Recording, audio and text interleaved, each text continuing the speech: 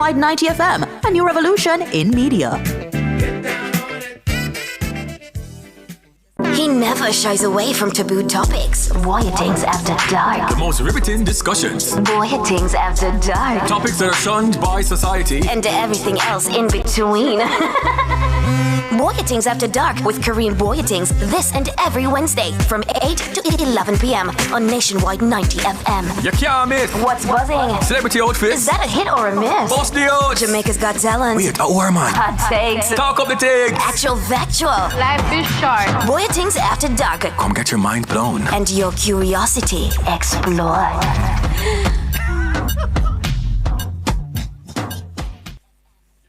Ready to tackle that building project? Start right. Start here at H&L Rapid True Value for building supplies. The time by H&L Rapid True Value is Nationwide time, 5 o'clock.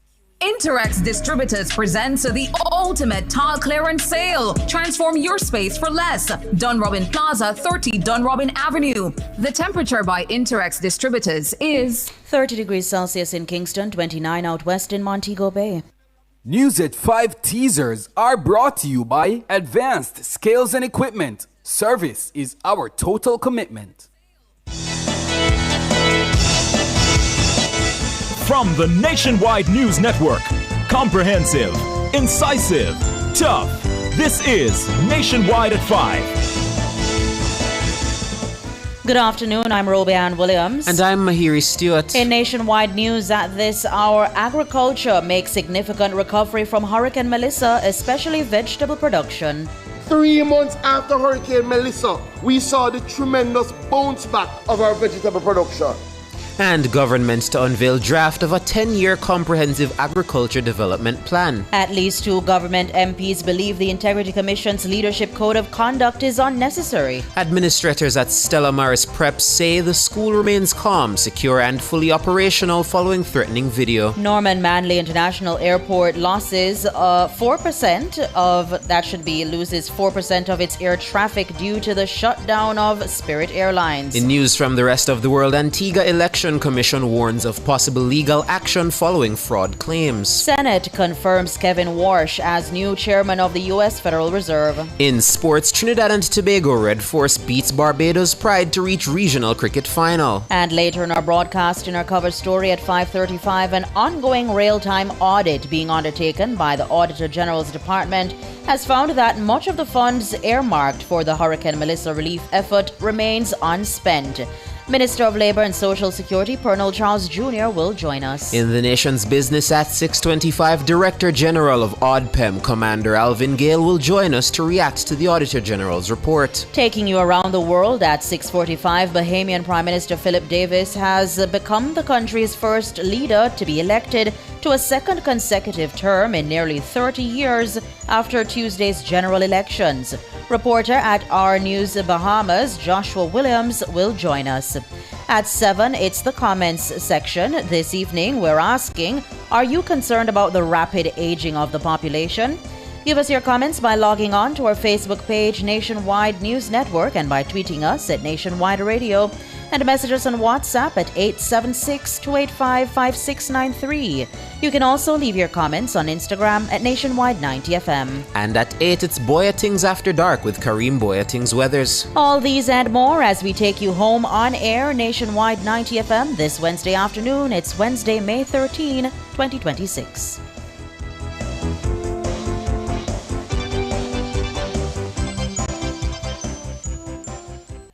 News at 5 teasers were brought to you by Advanced Scales and Equipment. Service is our total commitment. If it's news, it's got to be Nationwide 90 FM. Now the news in detail. Agriculture Minister Floyd Green says the sector has made a significant recovery from Hurricane Melissa, well ahead of what was projected. He says the country has already achieved record levels of vegetable production despite the setback from the system.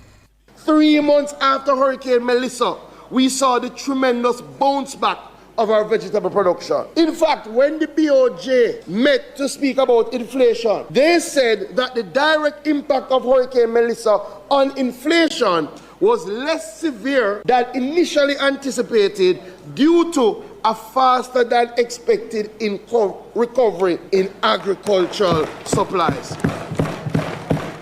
Members, you may not know, but the first quarter vegetable production of 2026 is the highest first quarter vegetable production in the history of Jamaica. Hurricane Melissa devastated western Jamaica, including areas critical to agricultural production such as St. Elizabeth.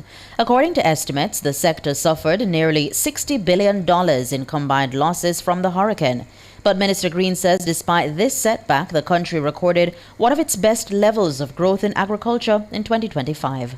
In 2025, Jamaica's domestic crop sector produced 811,244 tons, representing a 5.7% increase over 2024. And in fact, the second highest level of output on record. Members, this is particularly significant when you think about the fact that for the last quarter, with Hurricane Melissa, we declined by 22%. What it means is that a year after Hurricane Beryl, our agricultural sector has rebounded so strongly that even with the impact of Melissa, we hit our second highest production numbers in the history of Jamaica.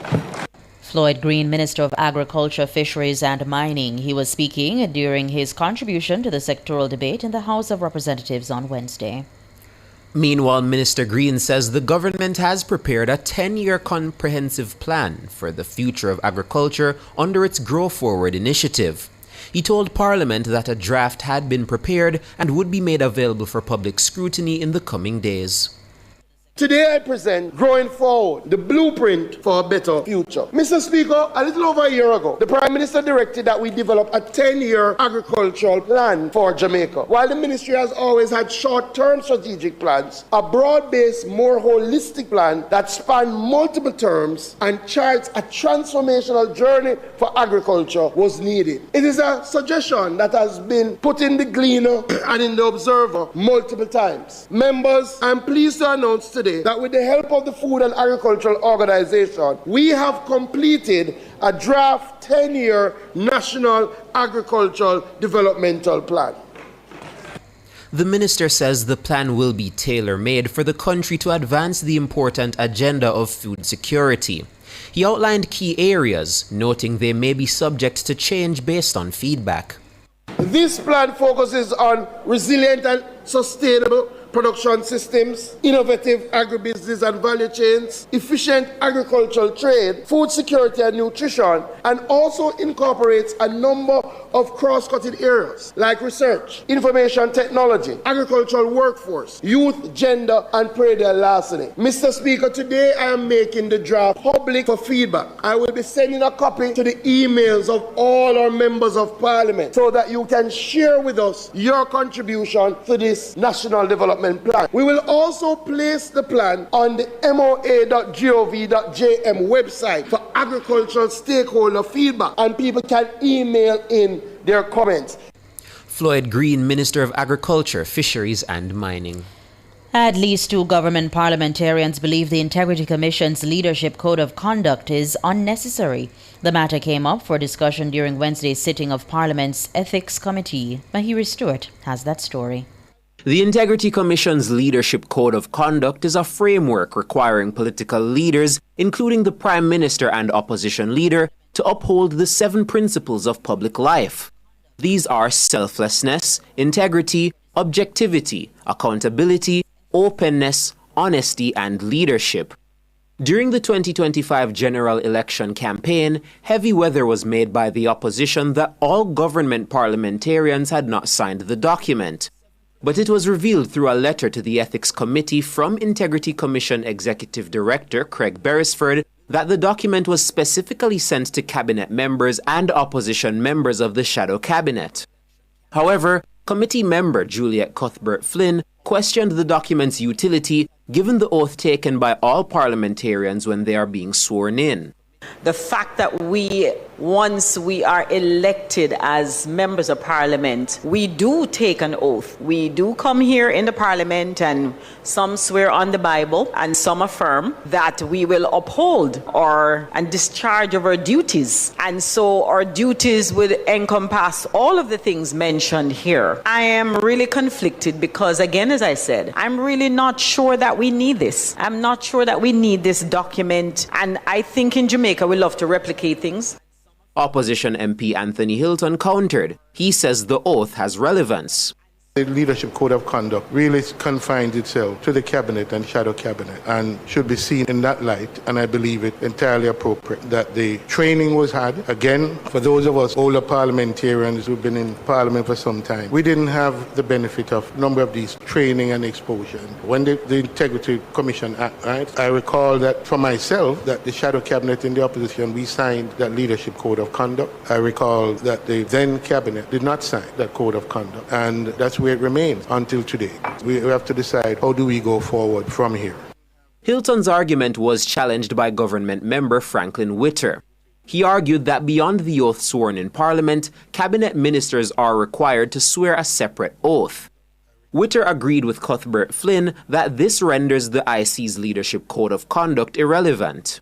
Cabinet members, they would have sworn to uphold all these conditions as a parliamentarian. And when they are appointed to the cabinet, they again swear to uphold as ministers all these conditions. So they swear at parliament to uphold, and when they are appointed as cabinet, then they also would have to swear again to uphold the conditions relative to their position as cabinet members. Now, I don't think there's much of a need for any other issue relating to our commitment to the good conduct as a parliamentarian or as a cabinet minister. Mahiri Stewart for Nationwide News. Government Senator Marlon Morgan says the recent report by the Auditor General's Department validates the government's push to implement the National Reconstruction and Resilience Authority, NARA. The Jamaican people should note that the Auditor General report does not contain any scandalous or damning finding of loss and or corruption, and in many respects reaffirms the bureaucracy-related challenges that many Jamaicans are already aware of, and understandably so, have grown impatient of. The public is fully aware that our country's growth and development are being inhibited in part by our stark implementation challenges. What the Auditor General report underscores is that it cannot be business as usual. The report affirms that NARA will go a far way in helping Jamaica to efficiently and effectively utilize available funds in improving the quality of life of the Jamaican people. According to Auditor General Pamela Monroe Ellis, much of the $1 billion in cash donated to the government's Hurricane Melissa relief effort went unspent months after the Category 5 storm devastated western parishes.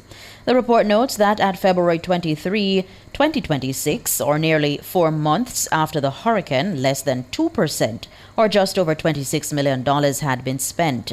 The balance remained unchanged at April 2, 2026, when the draft audit report was issued. Senator Morgan believes the report shows that despite bureaucratic challenges faced by the government, it was still able to carry out an effective response in the aftermath of Hurricane Melissa. The Auditor General's report is indicative of the government's responsiveness and massive body of work in treating with the passage of Hurricane Melissa. What is instructive is that the 1.4 billion Jamaican dollars that has been received so far in donations, that is exponentially outstripped by the massive 11.3 billion that is actually being spent. There can be no denying that in spite of bureaucracy-related red tape, which delays project implementation and the expenditure of available funds, the government has utilized the practical and situationally appropriate mechanisms to deliver timely and effective relief for citizens affected by Hurricane Melissa, even while ensuring value for money. Marlon Morgan, Government Senator. Administrators at Stella Maris Preparatory School say the institution remains calm, secure, and fully operational with strengthened safety measures. This follows a viral video showing a masked man brandishing what appears to be a firearm while issuing threats against members of the school's administrative staff. The police and the major organized crime and anti-corruption agency MOCA have since launched a probe into the threatening video. Robian Williams reports. In a letter to parents, guardians and staff dated May 13, Board Chairman Emile Lafayette said the safety and well-being of students and employees remain the school's top priority. He notes that the board and administration have been in continuous contact with security personnel and authorities since the video surfaced, and that additional safeguards have already been implemented on campus. According to the update, extra security personnel have been deployed and protocols strengthened. Additionally, the individual threatened has been removed from the school environment as a precaution. The board also indicated that it's maintaining close coordination with the Jamaica Constabulary Force as investigations progress. In the video, which has been widely shared on social media, a masked man reportedly threatens specific individuals in relation to an alleged $50 million debt said to be owed to his boss. Police say detectives visited the school and conducted interviews with members of the administration. The JCF has also pledged continuous support to ensure the safety and security of staff and students. Meanwhile, the school board acknowledged concerns among parents and staff, particularly regarding communication and the emotional toll of the situation. It has since arranged a meeting with the PTA executive to address issues and improve transparency. The administration is also urging members of the public to avoid spreading unverified information. It warns that rumors could heighten anxiety and potentially disrupt ongoing investigations. Robian Williams for Nationwide News. You're listening to Nationwide News at 5. More news after these.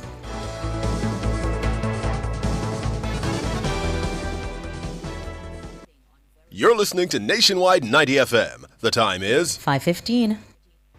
TransGem Highways is having a 50% Mother's Day discount on T-Tag packages. Get yours from the teller at the toll booth for only $1,250, including a $500 toll credit from May 4 to May 30, 2026. When you get your T-Tag, top up to keep using it. Choose whichever method of topping up is most convenient for you. Go through quicker with a T-Tag every time on TransGem Highways.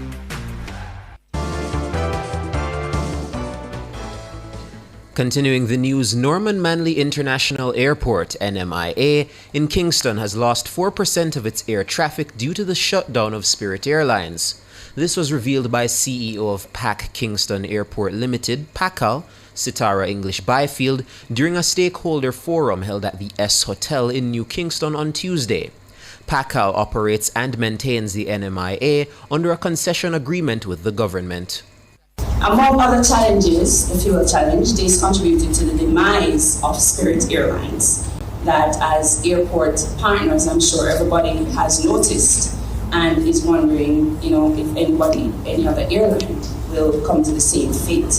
For NMIA, Spirit represented 4% of our traffic, and so we've seen some reduction from that situation already, because when they share their schedule with us, they have been gradually reducing. And the last schedule we received, they said 10 flights for all of May and 9 for June. So I think they had some idea, and this is coming from between 30 and 34 flights per month. Sitara English Byfield, CEO of PACAL. Spirit, the 34-year-old U.S. budget carrier, announced the suspension of operations earlier this month. The move came after years of financial hardship compounded by a recent spike in fuel prices due to the impact of the U.S.-Israel war on Iran. Tourism Minister Edmund Bartlett says the sector is actively working to ensure minimal impact from the closure of the airline.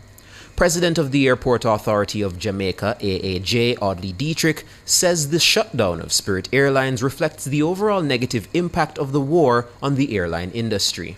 The latest fallout from this is the sudden lockdown of Spirit Airlines on May 2, 2026, and others have signaled that they could be next. The follow-on impact from the oil price increases is high costs of airfares and hence a dampening of demand to the travel is likely to follow, especially discretionary travel. Tourism, which represents over 80% of Jamaica's air traffic, is the lifeblood of our airport's traffic. More so, we therefore all wait with bated breath for this war to end sooner rather than later. Audley Dietrich, president of the AAJ. The Holness administration has signed an agreement to launch its Land Administration Capacity Enhancement Project, LACEP.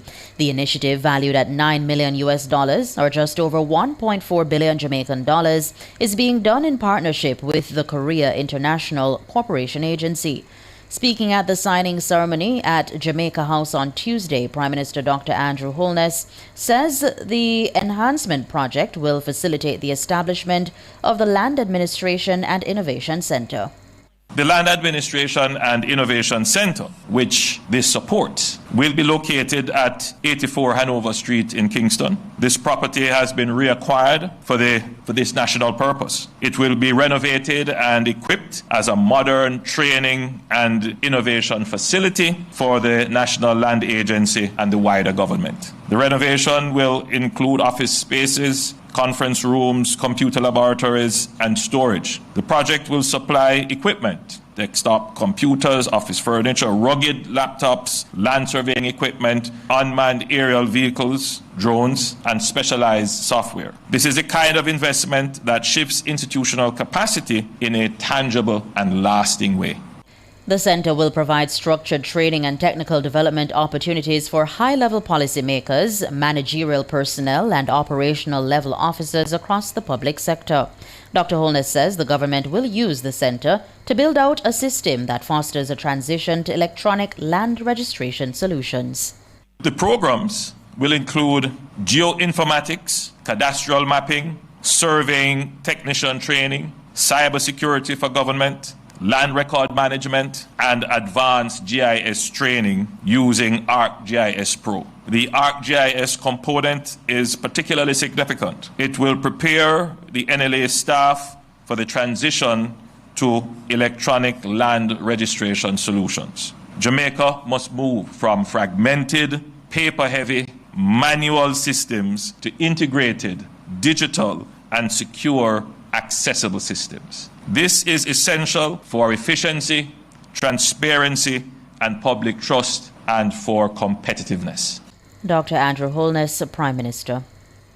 World in a Minute is brought to you by ABC Electrical Sales. We make things as easy as ABC. Hose Assembly and Supply, equipping Jamaica for success. And Charles O'Connor Consulting Network, COCN, driven by international accounting standards, modern technology, and integrity. The World in a Minute. The Antigua and Barbuda Electoral Commission is strongly rejecting allegations that the country's April 30 general election was conducted unlawfully. The commission has also warned that legal action could follow if the claims are not withdrawn. The claims were reportedly made by former Deputy Chairman Bruce Goodwin, who questioned the independence of the commission and the credibility of the election process. The U.S. Senate has confirmed President Donald Trump's nominee to lead the Federal Reserve, bringing new leadership to the world's most powerful central bank. Kevin Warsh, who is a former top Fed official, was confirmed on Wednesday in a largely party-line 54-45 vote. He will replace Jerome Powell as chair at an unusually difficult time for the independent agency. Inflation has topped the Fed's 2% target for 5 years and is now rising faster because of spiking gas prices.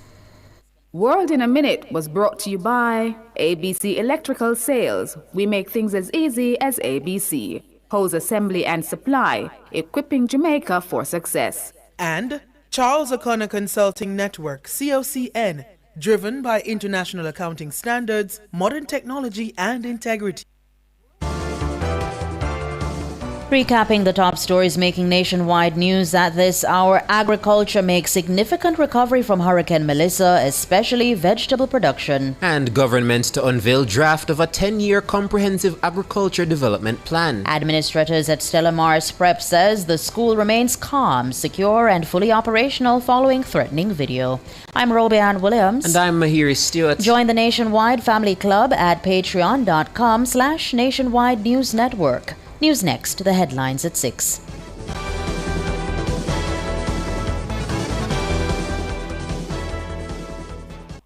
For 25 years, Digicel has been keeping Jamaica better connected. From late night calls to the texts, clicks, and moments that keep us close. Celebrating 25 years. Digicel, powered by you, connected by us. It's $1 million summer with Mitsubishi. And if I beach, we go, we have to reach it. Eclipse, cross it to safe and easy. Outlander, link up Pochi weekend. It's $1 million summer with Mitsubishi. A year sport with space and seating comfortable. It's a Mitsubishi. Hey, it's a Mitsubishi. It's $1 million off. Them tree ride. Features nice with the leather inside. Cool AC, everybody feel right. It's $1 million summer. $1 million summer. This promotion is authorized under Section 53 of the Betting Gaming and Lotteries Act. Here is the planet's ultimate game. The final of the Football World Cup.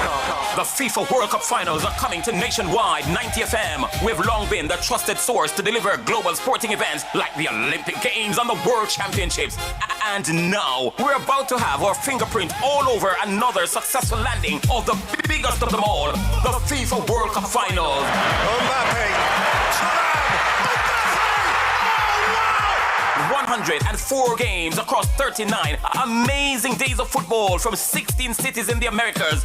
Boston to New York to Monterey to Atlanta. Join the trusted source Nationwide 90 FM this summer as the globe tunes in to the FIFA World Cup Finals.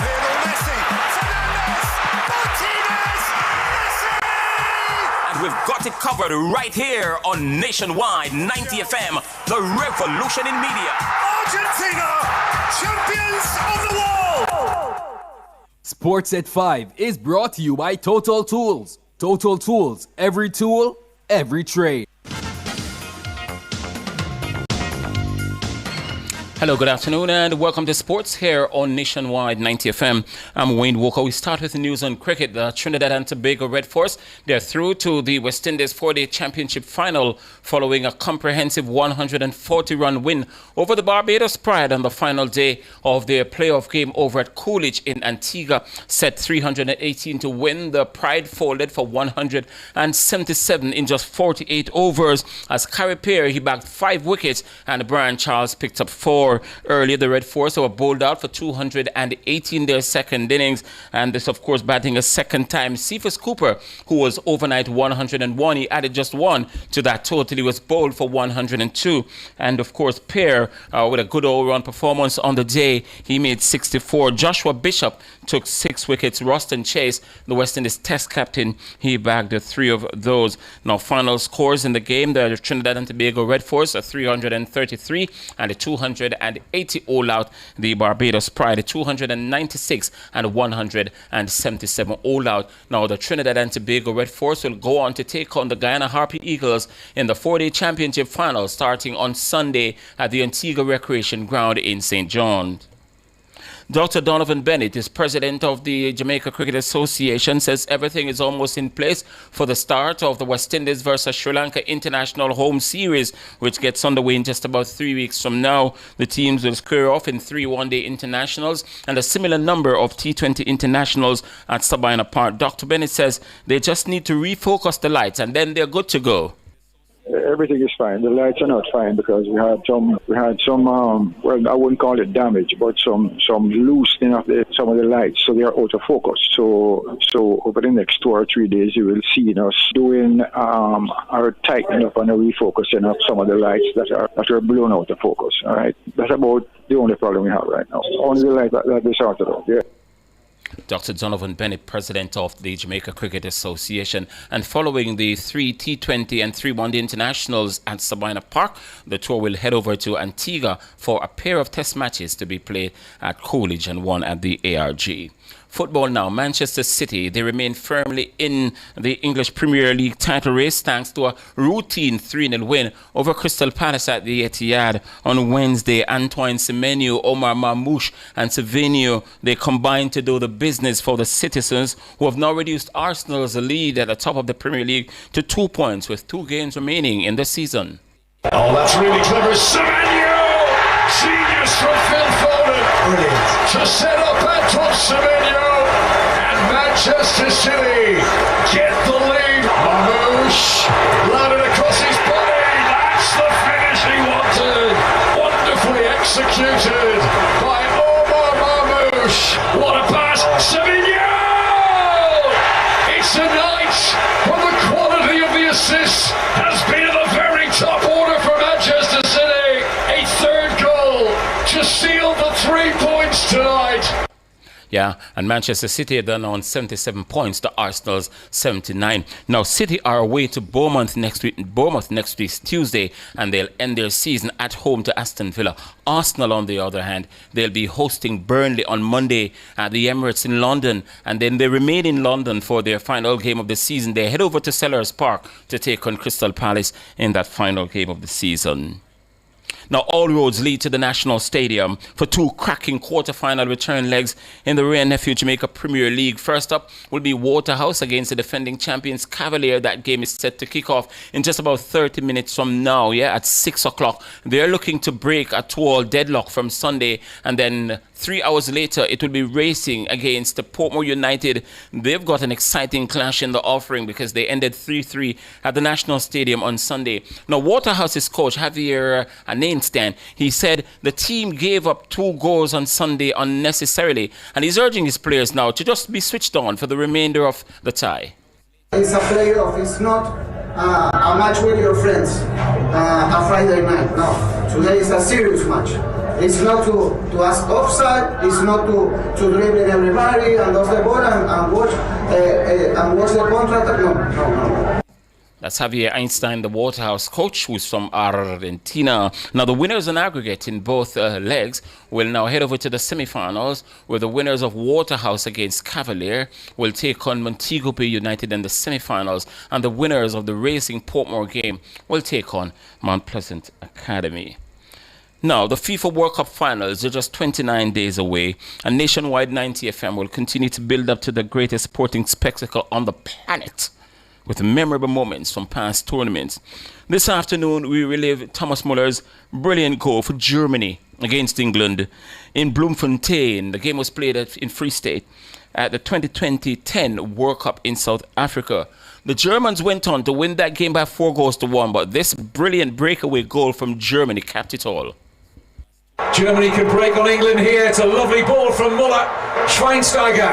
Lots of space here for Muller!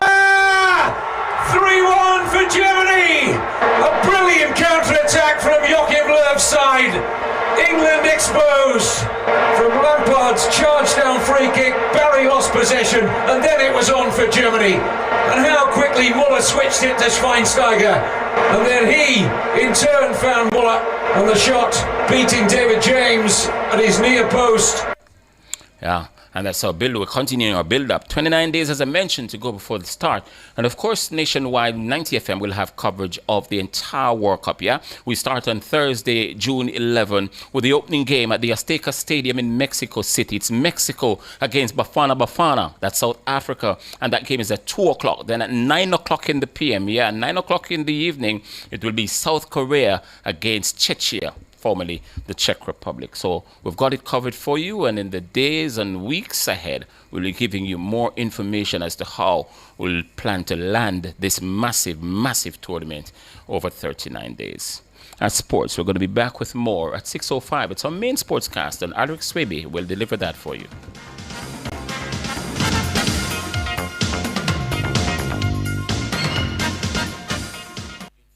Sports at 5 was brought to you by Total Tools. Total Tools, every tool, every trade. For all your custom framing, printing, graphic design, and purchase of art, Make It Frame Art Jamaica Limited, serving you for over 40 years. The time by Frame Art Jamaica is 5:33. For 25 years, Digicel has been keeping Jamaica better connected. From late night calls to the texts, clicks, and moments that keep us close. Hi, babes. A network built in Jamaica for Jamaicans. But connection has never been just about the network. It's about the people behind every hello. Yo, my general. Celebrating 25 years. Digicel, powered by you, connected by us. Already have a T-tag for your vehicle? Just top it up and go through. Here's a pro tip. If you keep forgetting to add funds to your T-tag, you can use the auto top-up feature in the My T-tag app. You can set it to automatically top up your T-tag at a specific time each day, week, or month. Or you can set it to automatically top up your T-tag when your account balance goes below any value you choose. Top up your T-tag and continue to go through quicker and cheaper on Transjam highways.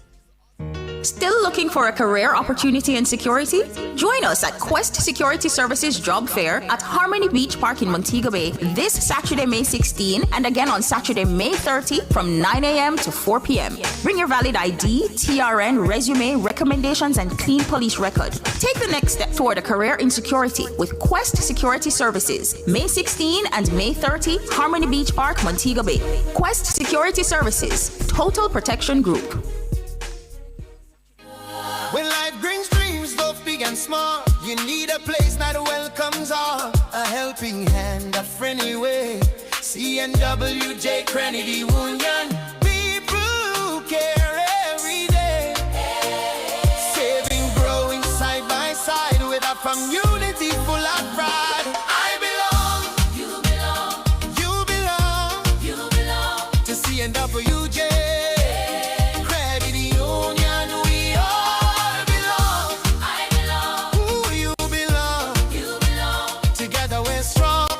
Serving Jamaica since 1961. CNWJ Cooperative Credit Union. Discover the benefits of belonging.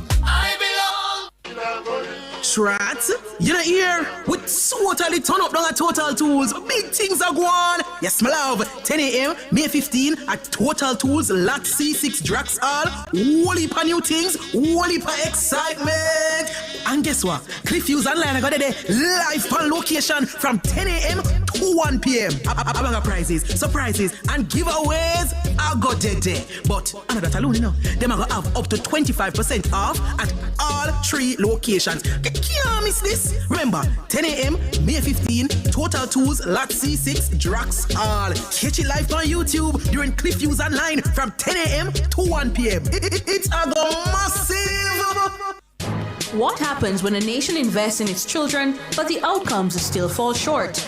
Join the conversation inside Nationwide at 5 on Thursday, May 14 from 6 to 7 p.m. for the report launch of Room for Improvement, the Gap Between Public Spending and Child Outcomes in Jamaica. Hosted by the Caribbean Policy and Research Institute in partnership with UNICEF Jamaica, the launch will seek to examine the disconnect between public spending on children and child outcomes across Jamaica. So tune into Nationwide at 5 on Thursday, May 14 from 6 to 7 p.m. for the launch of Room for Improvement, the Gap Between Public Spending and Child Outcomes in Jamaica. Catch this and so much more on Nationwide 90 FM, the new revolution in media. This broadcast is brought to you by the Caribbean Policy and Research Institute.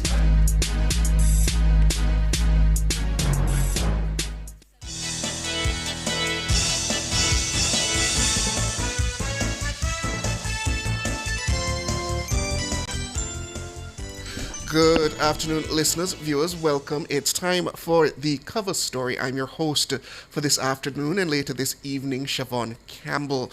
And we are touching on that Auditor General's report that was tabled in the House of Representatives just yesterday regarding the Auditor General's real-time audit of the Hurricane Melissa Relief Initiative. Much of the $1 billion in cash donated to the government's Hurricane Melissa relief effort went unspent months after the Category 5 system devastated western parishes. That's according to an ongoing real-time audit of the Hurricane Melissa Relief Initiative being undertaken by the Auditor General's Department. A report from the audit was tabled in the House of Representatives on Tuesday. It covers the financial management of donated funds, the procurement and delivery of roofing materials under the government-directed roof restoration program, and the governance of the National Disaster Fund. According to the 37-page report from her office, less than 2% of the $1.44 billion in Hurricane Melissa donations collected by the government has been spent. This is at February 23, 2026, or nearly 4 months after the hurricane. That's just over $26 million. Monroe Ellis says the balance had not changed by April 2, 2026, when the draft report was issued. The Office of Disaster Preparedness and Emergency Management, ODPM, told auditors the low spending rate was due to the absence of authorization from the Ministry of Finance to expend the funds. At the time of the report, 88% of donated funds still remained uncommitted. Well, in the meantime, the Auditor General also highlighted several concerns about the government's roof program. The $10 billion roof initiative provides financial assistance to rebuild homes that were damaged by the hurricane and assessed through the Ministry of Labor and Social Security. ODPM procured $167 million in roofing materials across 4 contracts using restricted bidding and single-source procurement methods permitted under emergency provisions. However, 3 of the 4 contracts were awarded to suppliers who did not hold valid Public Procurement Commission registration certificates or current tax compliance certificates at the time of the award. The auditors also found significant weaknesses in how deliveries were verified. Of $122 million in building supplies delivered to the Jamaica Defence Force locations, only $88 million was formally acknowledged as received. Well, joining us now to discuss the matters in relation to the roof program specifically is the Minister of Labour and Social Security, that's Pernell Charles Jr. Good afternoon, Minister. Pleasant afternoon. How are you? I'm doing quite well myself, Minister. I trust all is well with you. Well, I'm here. We're here in the office working for the people of Jamaica. But all will be well when everybody is restored. Understood. But Minister, the findings from the Auditor General, specifically in relation to the roofing program, this raises some concerns in terms of the public procurement system. We handed out contracts to people who at the time weren't properly registered as PPCs? So let me tell you, there's a lot of confusion, and I'm really glad that you're giving me the opportunity to speak to it. The word roofing and roofs is causing a lot of confusion. I thought as much. So when the Auditor General is speaking to roofing, it is not speaking to the roofs program. The roofs program is a program that is focused on distributing a cash grant to persons who have been assessed and verified further to impact by Hurricane Melissa, and then they take that voucher and get either cash or material. The roofs program takes no material in for distribution to any beneficiary. So whatever it is that is being referred to in relation to tendering or PPC is not referring to the roofs program. It's talking about the roofing initiative more generally. It might be speaking to the roofing initiative, which Commander Gale, who is coming on, I gather after me, will speak to directly, because those matters in relation to any donations would have gone directly to ODPM, and smartly, our Prime Minister would have made sure that it is only one repository to reduce any confusion or opportunity for contamination. And so ODPM will speak directly to those issues and lay out exactly what the process was, what the procedures have been in terms of receiving donations, distributing, and ensuring that there's accountability. And I can assure you that there has been a very strong accountability measure in the roofs program, and also in how we have distributed any support that has been used by JDF, by any of the partners that have come in to provide immediate and urgent support to persons who lost their roofs. But that being said, though, Minister, there's still the concerns raised by the Auditor General. I mean, if you suggest that the oversight is as strong as it is, some of these things still seem to be lapses, though. I mean, providing contracts to people who are without the proper registration to take those contracts, not being able to account for some certain amount of the materials that were sent out to the JDF. Those are still general oversight issues. What I can tell you from my perspective at the Ministry of Labour and Social Security is that we know nothing of that. We had no interaction in that regard, and I would hasten to allow for ventilation and for the persons who have responsibility of it to speak to it. And I'm sure that when we do get an opportunity, that those matters will be properly understood. It is a Category 5 devastating hurricane. First time Jamaica has ever had to treat with anything of that level or intensity. And so there have been a lot of activities, a lot of different new mechanisms put in place, and significant effort made to ensure that all that we do, whether it is new or systems that we had as old systems, that they're done in accordance with the law, in accordance with the regulations, and I'd say most importantly, our Prime Minister demanded that everything be communicated. So you could go back and you would be able to benefit from a series of post-cabinet and other interactions that were held during the hurricane post-disaster period, from the start, going straight through, explaining all of the steps to be taken by ODPM, by the Ministry of Labour, by the Ministry of Local Government, and all of the stakeholders. And that effort of communication was really to make sure that the country was kept abreast. And I can speak directly to the Ministry of Labour and Social Security in that everything that has been done in relation to roofs, which unfortunately is being confused with roofing, all that we have done has been an open book.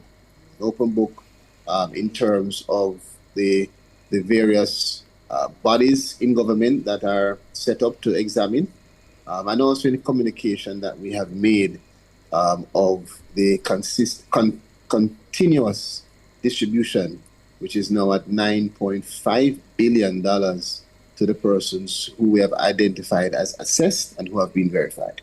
Okay, Minister, please stay with us. We're up on a break.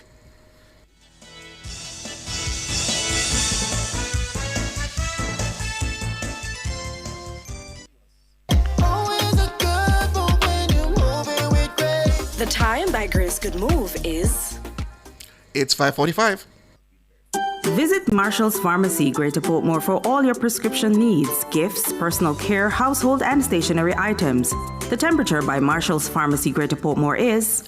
It's 29 degrees Celsius here in the capital city, Kingston, and it's 25 out west in Montego Bay.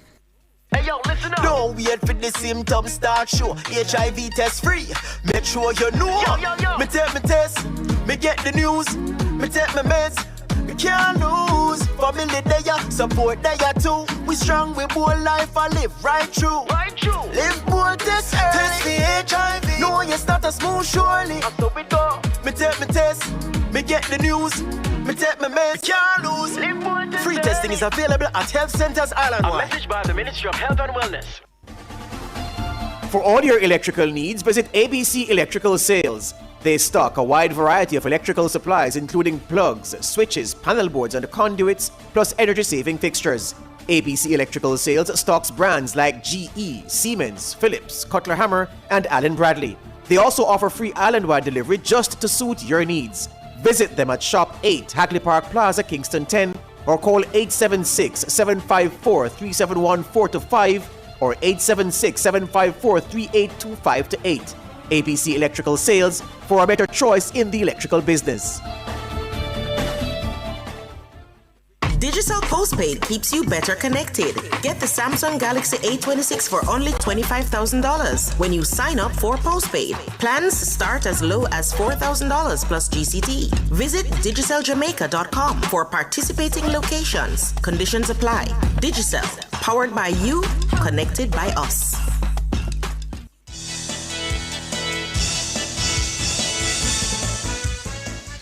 Welcome back, listeners, viewers. We're talking about the Auditor General's report on the Hurricane Melissa Relief Initiative, that real-time audit still ongoing.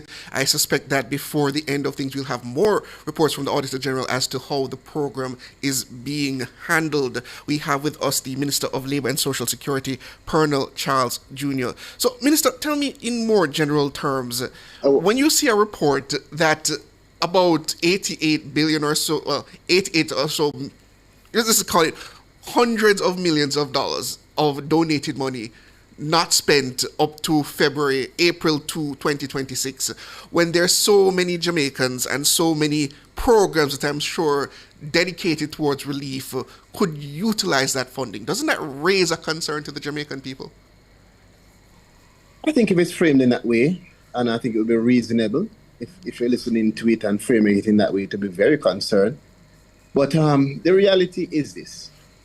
These situations are never one-dimensional.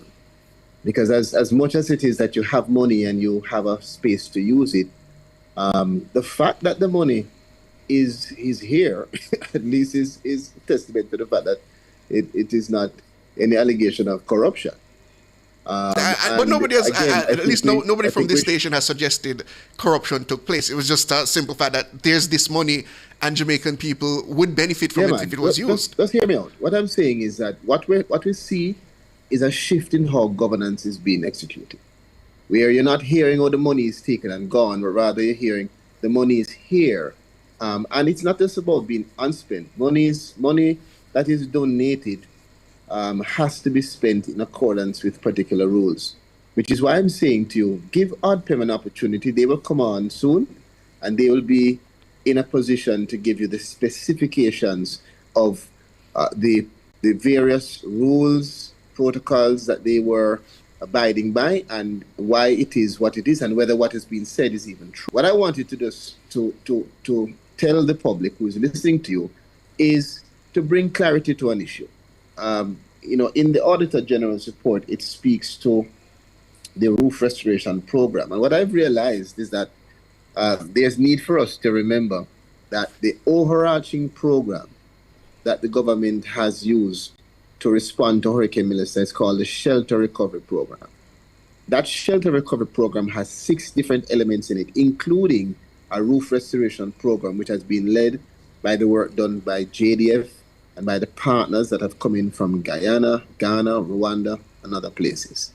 The roofs program, which unfortunately has a similar name, is a different element which relates only to the cash grant being distributed to persons who have been impacted by Melissa, assessed by MLSS, and approved as verified. It's 2 distinct things. And when you listen to the radio, it's understandable because of the similarity in name. There's clearly confusion, which is why a lot of persons are saying, Minister, under the roofs program, this money is left. It's not the same program. It's 2 distinct things. And we have to remember that under the shelter recovery, you have the roofs, you have the roof restoration, which is a government-led restoration.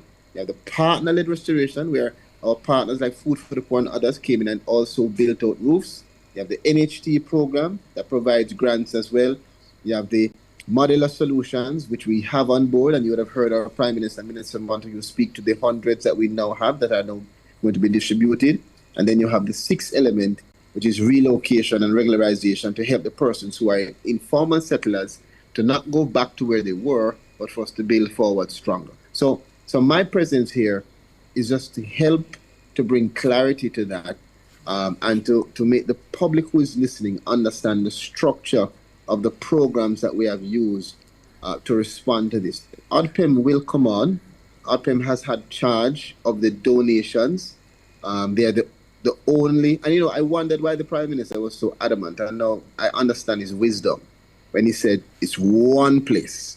And I really, experience is a thing, right? Because he was correct when in retrospect, where there's only one repository, which is ODPM for donations. And so they can speak to what was done, what was not done, whether it is true, whether it is false. And again, for me as a Jamaican, when I listen in, what is important is that the money is there, and the money can be used and will be used to the benefit of the people of Jamaica. And just like roofs, we are at 9.5 billion being spent, and we're looking to spend more money. But before we do so, we have to verify persons so that there's no duplication. So sometimes it's not all about having money. It's about making sure that the money you have is spent in accordance with the principles that you are applying, and that the money you have is spent in an accountable way so that the people of Jamaica can know that if you get $10, spend it right for them. But isn't that part of the problem, Minister? I don't want to say accountability is not important, but it seems a lot of this tying up in terms of certain processes and regulations is what is leading to the slow rollout of some of these we don't know spending that. We initiatives. Don't know that. What we don't know that yet. What we know is that there are funds there, and as I said to you, I'm willing to give the persons who have that specific responsibility the opportunity to speak to it. What I can say in relation to what you said a while ago is that generally it is an issue which this government has spoken to many times, a matter of bureaucracy, and the systems that we apply, and whether or not those systems are becoming barriers, and whether we should find ways to better balance the accountability with the outcomes that we seek. And in this case, what we want is for persons as quickly as possible to be restored. And so, yes, I can agree. There is a room for us to examine the systems. And we are doing so at the Ministry of Labour and Social Security. Matter of fact, next week, I will speak in Parliament for my sectoral, and you will hear that a big part of what we're doing in the next phase of the ROOFs program will be a sort of overhaul based on the processes that we have applied, and how we have examined it in terms of whether it has achieved the full goal of not just having accountability, but the outcome of getting the money to the people in a timely manner. So we are doing the assessments, and we're making some significant adjustments that have been approved by the Cabinet, matter of fact. And so I welcome Jamaica to listen to me Tuesday on the 19th, where we will lay out the new phase of roofs, which will be a much more modernized and I dare say practical application of a system to achieve outcomes over systems. And speaking to that program, though, Minister, is there going to be an attempt to widen its reach, so to speak, or is it still going to be based on the people currently already assessed? Very good question. It will be based on the persons that are currently assessed. However, we recognize that there are some persons, for good reason and sensible justification, that were not assessed. For example, you have one person who lost everything, and she was whisked away to St. Thomas. And so she was never there for 2-3 months. I didn't have any family to assist her in terms of identifying a proxy for that assessment to be done. Our stance has been that in those unique cases, we will do the assessment, okay? But generally, assessments have been closed off, and we are finishing off now the assessments for the persons who self-reported and other persons who we did not get to do in the 6 months period. And I tell you something, we're almost nearing 116,000 household assessments. So at some point we have to end it. The other persons who have been impacted, who don't fall within roofs, our permanent secretary has indicated that the rehabilitation program might be another mechanism to be used to give some support where possible. And so our goal is really to leave no one behind. But in doing so, we recognize that there are some persons who want to manipulate the system. So we work with MOCA. We have some internal investigators as well that are helping us to identify the persons who are trying to get duplications, many of whom are the same persons bawling out for delay. And when we check it, they have their name on 6 different houses across the country trying to collect checks or collect vouchers. So they're trying to scam the system. Your words, not mine. Your words. But Minister, I can see where there are maybe legitimate cases where people might have multiple homes that were impacted by Hurricane Melissa, but six. And that is excellent. That is why we have defined 3 very simple principles. And the first is this: 1 benefit per household. So if you have multiple houses, the government is committing to help you with 1. That's it. The second principle is to prioritize severity, which means that we are trying to give support to the persons who are most impacted first. So in the first phase of the roofs program, you'll notice that the majority of the money went to the persons with major or severe damage. The third principle, again, another simple principle to understand, is targeting vulnerability, which means whether you're minor, major, or severe, if you're a senior citizen or a person with disability, we are going to prioritize you. Now, it doesn't mean that everyone who falls into those categories has been served in roofs phase 1, but it means that our effort was to make sure that we could assess and verify as many of those persons as possible. The persons who are listening to you now, who are saying, well, I was assessed from November, and I'll know when I hear nobody. I'll know nobody don't come. Or I was assessed and I haven't gotten any voucher. If you have not received a voucher or a text or a QR code, it means that there's something to be rectified. Generally, it means something is to be rectified. And so in the next phase, which you'll hear us laying out next week, Tuesday, we will lay out a full plan of how the Ministry of Labour and Social Security will go across the country. We'll develop more partnerships to make sure that we can re-verify persons and get them their funds as quickly as possible. But I don't want to give out all of my... You see why you guys are journalists, you know. You're quiet because you want me to talk about the whole of my presentation today.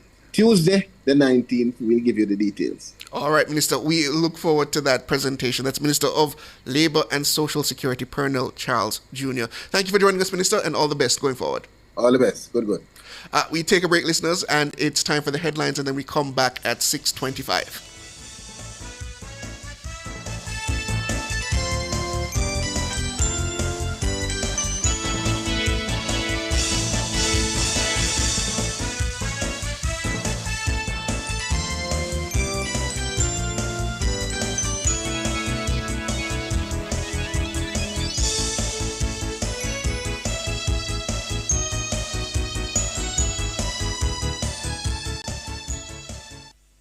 What happens when a nation invests in its children, but the outcomes still fall short?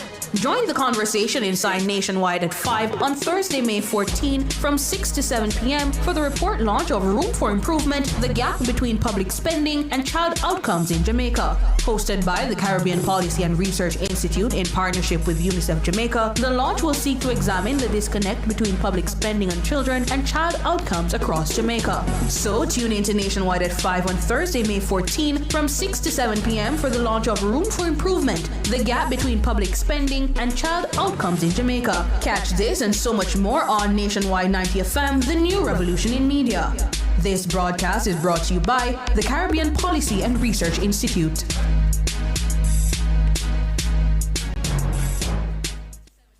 The time brought to you by Guardian Life. Live secure, live easy is... 6:01.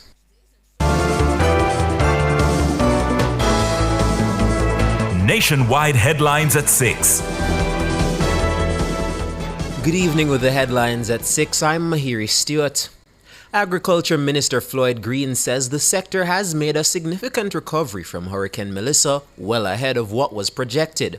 He says the country has already achieved record levels of vegetable production despite the setback from the system.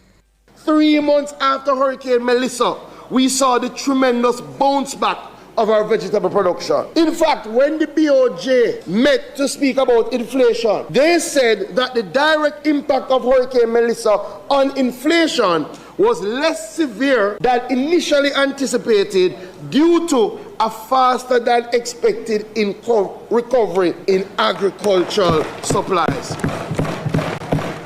Members, you may not know, but the first quarter vegetable production of 2026 is the highest first quarter vegetable production in the history of Jamaica. Hurricane Melissa devastated western Jamaica, including areas critical to agricultural production such as St. Elizabeth. According to estimates, the sector suffered nearly $60 billion in combined losses from the hurricane.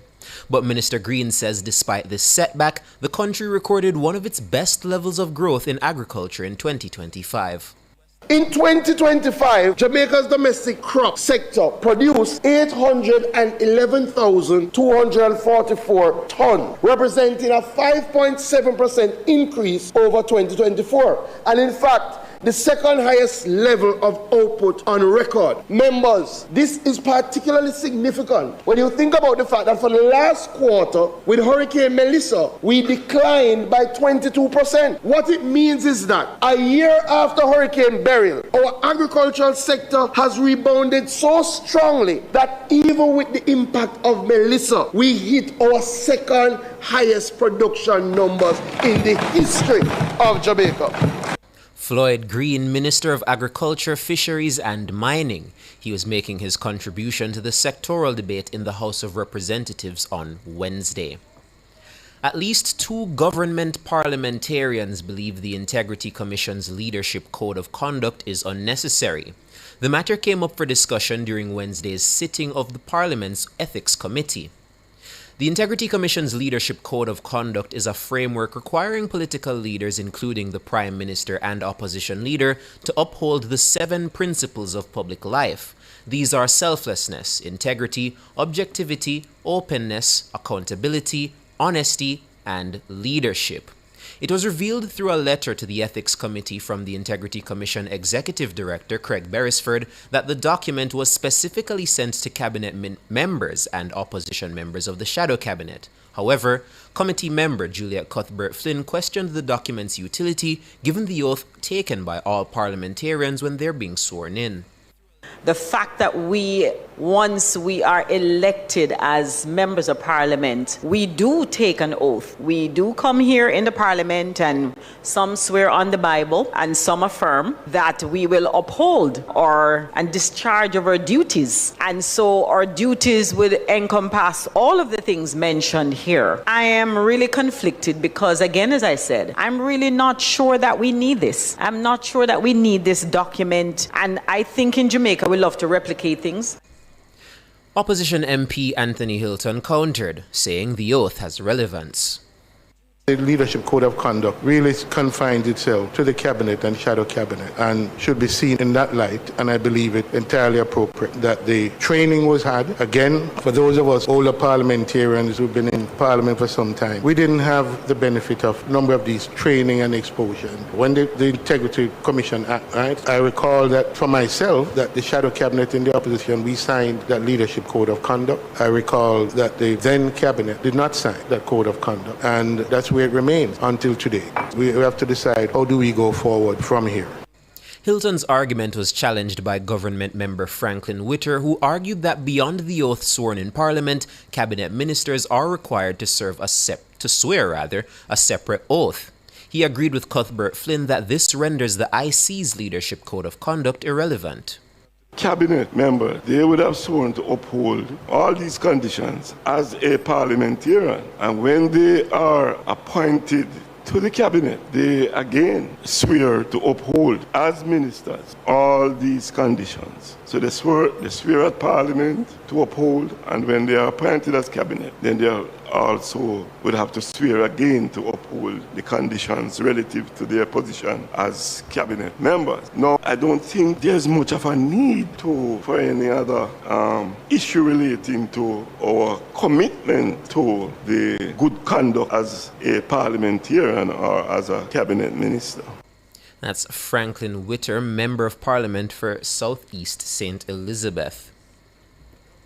Norman Manley International Airport, NMIA, in Kingston has lost 4% of its air traffic due to the shutdown of Spirit Airlines. This was revealed by CEO of PAC Kingston Airport Limited, PACAL, Sitara English Byfield, during a stakeholder forum held at the S Hotel in New Kingston on Tuesday. PACAL operates and maintains the NMIA under a concession agreement with the government. Among other challenges, the fuel challenge, this contributed to the demise of Spirit Airlines, that as airport partners, I'm sure everybody has noticed and is wondering, if any other airline will come to the same fate. For NMIA, Spirit represented 4% of our traffic, and so we've seen some reduction from that situation already, because when they share their schedule with us, they have been gradually reducing, and the last schedule we received, they said 10 flights for all of May and 9 for June. So I think they had some idea, and this is coming from between 30 and 34 flights per month. Sitara English Byfield, CEO of PACAL. Spirit, the 34-year-old U.S. budget carrier, announced the suspension of operations earlier this month. The move came after years of financial hardship, compounded by a recent spike in fuel prices due to the impact of the U.S.-Israel war on Iran. Tourism Minister Edmund Bartlett says the sector is actively working to ensure minimal impact from the closure of the airline. President of the Airport Authority of Jamaica, AAJ, Audley Dietrich, says the shutdown of Spirit Airlines reflects the overall negative impact of the war on the industry. The latest fallout from this is the sudden lockdown of Spirit Airlines on May 2, 2026, and others have signaled that they could be next. The follow-on impact from the oil price increases is high costs of airfares, and hence a dampening of demand to the travel is likely to follow, especially discretionary travel. Tourism, which represents over 80% of Jamaica's air traffic, is the lifeblood of our airport's traffic. More so, we therefore all wait with bated breath for this war to end sooner rather than later. Audley Dietrich, president of the AAJ. Those are the headlines at 6. I'm Mahiri Stewart. Sports is next.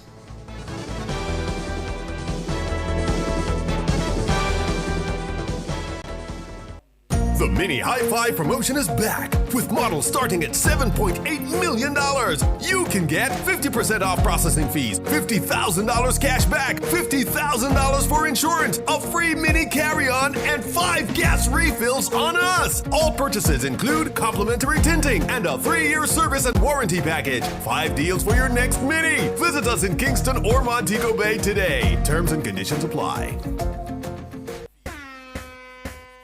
From the biggest tracks to the biggest energy, Nationwide keeps it moving.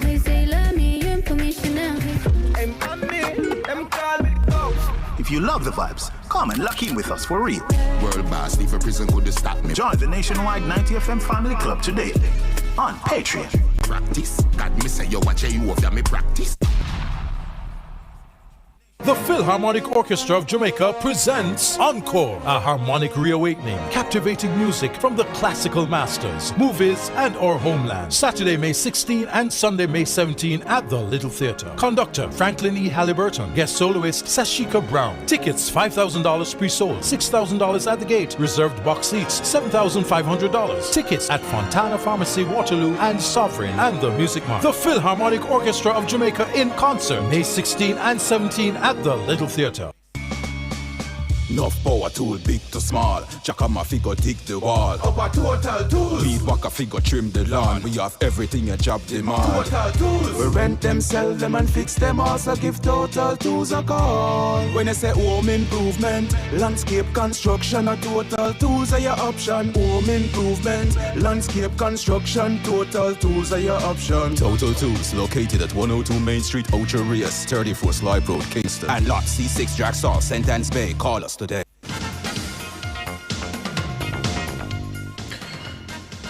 Good evening with your sports report. I'm Alex Webby. We kick things off with some football as it's 0-0 at sports time in the return leg quarter-final playoff match between Cavalier and Waterhouse in the Rare Never Jamaica Premier League, now underway at the National Stadium.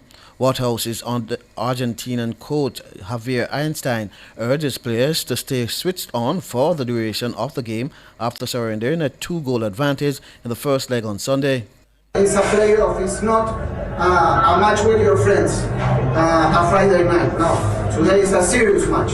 It's not to ask offside. It's not to dribble everybody and lose the ball and watch the contract. No. Javier Einstein. The winners on aggregate in both ties will advance to the semi-finals to join Montego Bay United and Mount Pleasant Academy. Now Manchester City remain firmly in the English Premier League title race thanks to a routine 3-0 win over Crystal Palace at Etihad on Wednesday. Antoine Semeon, Omar Marmoush and Savino combined to do the business for the citizens, who have now reduced Arsenal's lead to 2 points with 2 games remaining in the season. Oh, that's really clever. Semenyo! Genius from Phil Foden. Brilliant. To set up Antoine Semenyo. And Manchester City get the lead. Marmoush landed across his body. That's the finish he wanted. Wonderfully executed by Omar Marmoush. What a pass. Semenyo!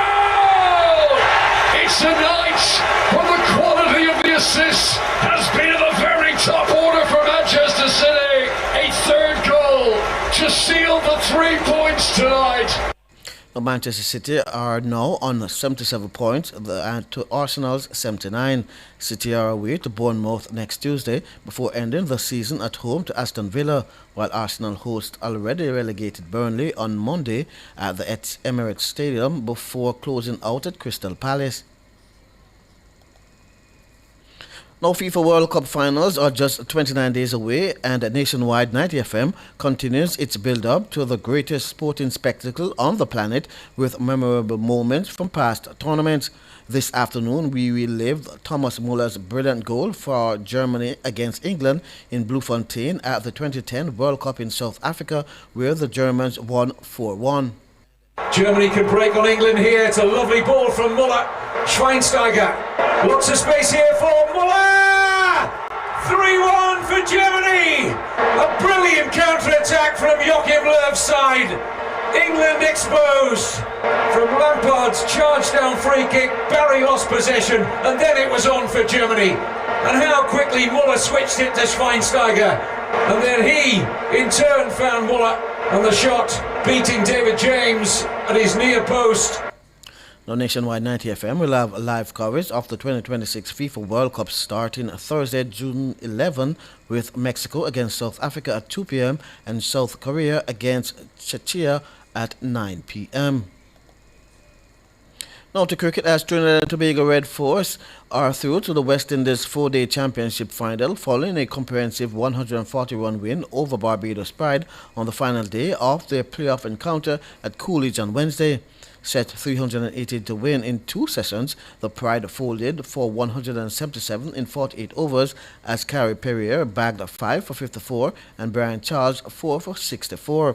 Earlier, the Red Force were bowled out for 280, batting a second time with Cephas Cooper making 102 and Pierre 64. Joshua Bishop took 6 wickets and Ruston Chase 3. Final scores: Trinidad and Tobago Red Force 333 and 280, Barbados Pride 296 and 177. The Red Force will now face Guyana Harper Eagles in the 4-day final, started on Sunday at the Antigua Recreation Ground. And Dr. Donovan Bennett, president of the Jamaica Cricket Association, says everything is almost in place at Sabina Park for the start of the West Indies Sri Lanka home series, which gets going in 3 weeks' time. The teams will square off in 3 one-day internationals and a similar number of T20 games at Jamaica's cricket mecca.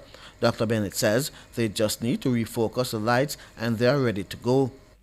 Everything is fine. The lights are not fine because we had some well, I wouldn't call it damage, but some loosening of some of the lights, so they are out of focus. So over the next 2 or 3 days, you will see us doing our tightening up and a refocusing of some of the lights that are blown out of focus. All right, that's about the only problem we have right now. Only the light that they sorted out. Yeah. The Jamaica leg of the tour will be followed by a pair of test matches in Antigua. And defending champions Spanish Town Primary produced a commanding final day performance to successfully retain their title at the InSport Central Regional Primary School Championships, finishing well ahead of rivals at close of competition.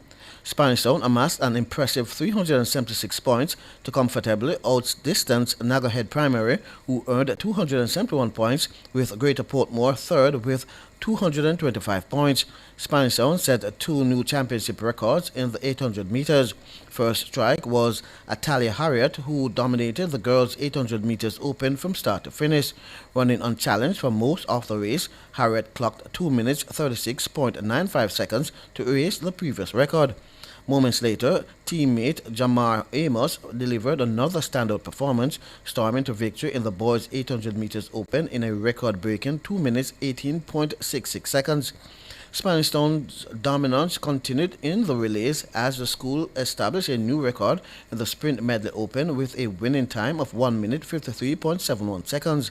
They also rewrote the record books in the boys' open 4x200 meters relay, stopping the clock at 1 minute 43.27 seconds. Despite starting the day in third place, coach of Spanish Town Naira Barrett says they had no doubt they would retain the title. This performance we displayed today was a very strong performance. We believe in our team. Yesterday we fall short with the relays, a couple of track batons and so forth, but we know we got this to pull it off at the end of the day, because the class one boys is our strongest in team, so we know it's going to work out.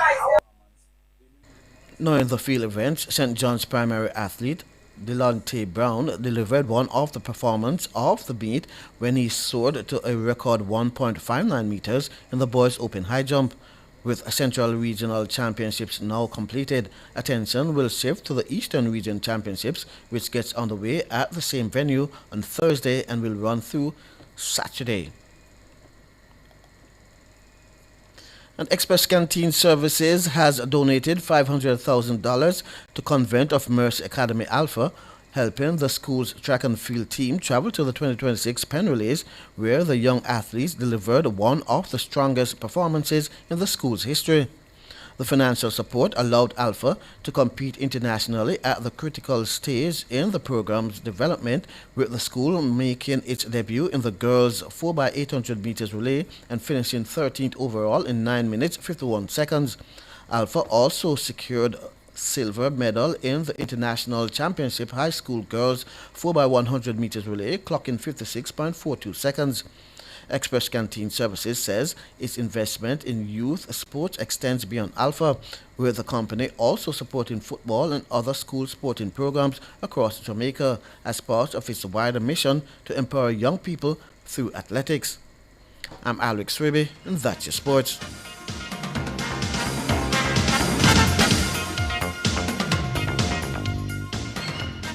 For 25 years, Digicel has been keeping Jamaica better connected. From late night calls to the texts, clicks, and moments that keep us close. Celebrating 25 years. Digicel, powered by you, connected by us. For all your electrical needs, visit ABC Electrical Sales. They stock a wide variety of electrical supplies, including plugs, switches, panel boards, and conduits, plus energy-saving fixtures. ABC Electrical Sales stocks brands like GE, Siemens, Philips, Cutler Hammer, and Allen Bradley. They also offer free island-wide delivery just to suit your needs. Visit them at Shop 8, Hagley Park Plaza, Kingston 10, or call 876-754-3714-5 or 876-754-3825-8. ABC Electrical Sales, for a better choice in the electrical business. District 81 Caribbean Toastmasters Conference comes to Jamaica May 13 to 17 at the AC Hotel in Kingston under the theme Caribbean Roots Igniting a Bold Future. Register today at Eventbrite for a raft of educational sessions, speech contests, opening ceremony, gala presentation, and more. Caribbean Toastmasters Conference, where Caribbean leaders and speakers level up and where you can too. Join us, be empowered and inspired. For information, call 876-325-5383. Here is the planet's ultimate game, the final of the Football World Cup. The FIFA World Cup finals are coming to Nationwide 90 FM. We've long been the trusted source to deliver global sporting events like the Olympic Games and the World Championships. And now, we're about to have our fingerprint all over another successful landing of the biggest of them all, the FIFA World Cup Finals.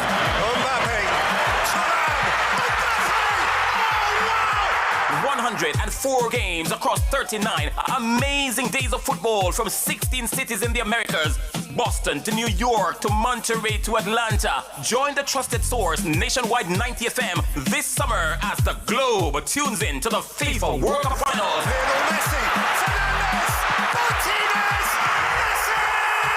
And we've got it covered right here on Nationwide 90 FM, the revolution in media. Argentina, champions of the world! He never shies away from taboo topics. Voyagings After Dark. Most riveting discussions. Voyagings After Dark. Topics that are shunned by society. And everything else in between. Voyagings After Dark with Korean Voyagings this and every Wednesday from 8 to 11 p.m. on Nationwide 90 FM. You can't miss. What's buzzing? Celebrity outfits. Is that a hit or a miss? Bust the out. Jamaica's Got Talent. Wait, or man. Hot takes. Talk up the things. Actual factual. Life is short. Voyagings After Dark. Come get your mind blown. And your curiosity explored.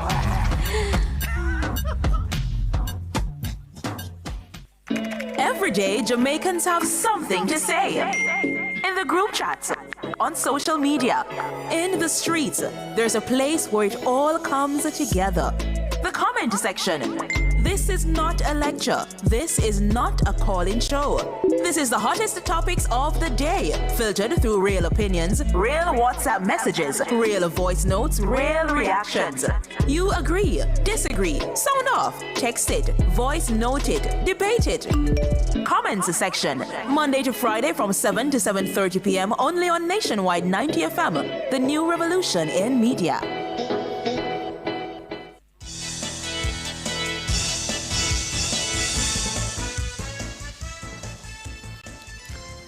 Good evening, listeners, viewers. Welcome back. It is 6:25 and time for the nation's business. Again, I'm your host, Siobhan Campbell, and we stay on the same topic, the matters of the Auditor General's report on Hurricane Melissa relief initiatives across the country. But now we have with us the Director General of the Office of Disaster Preparedness and Emergency Management, that's ODPM, Commander Alvin Gale. Good afternoon, good evening, Commander. Good evening, Siobhan. Good evening to you and your listeners.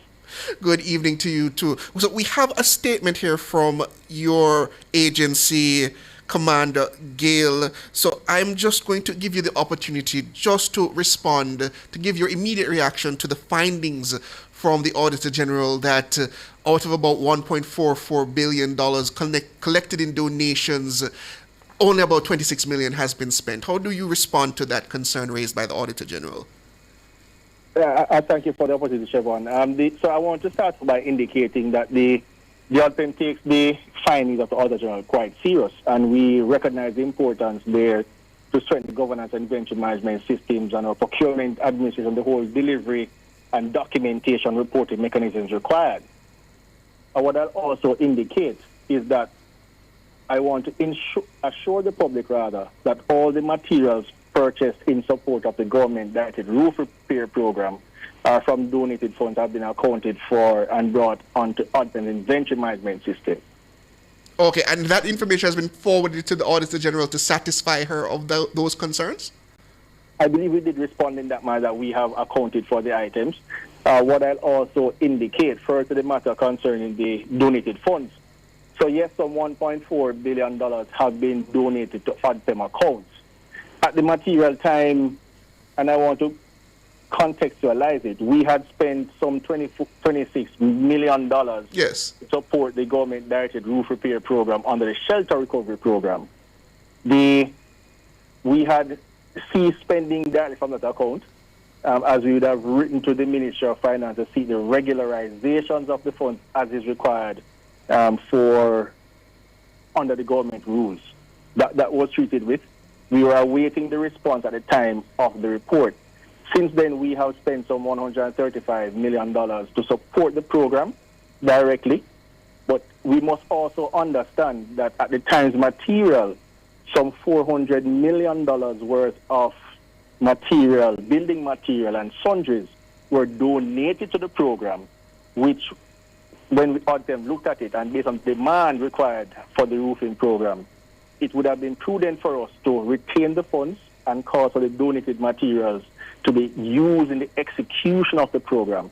So it's against that background that at the material time, only $26 million would have been spent. Okay, so just to keep our listeners abreast, so it's not that you simply forgot that the money was there, it's that you had received donation in kind, essentially, separate and apart from those funds, and you decided that it was best to just utilize the donations in kind for the program rather than utilizing the funding.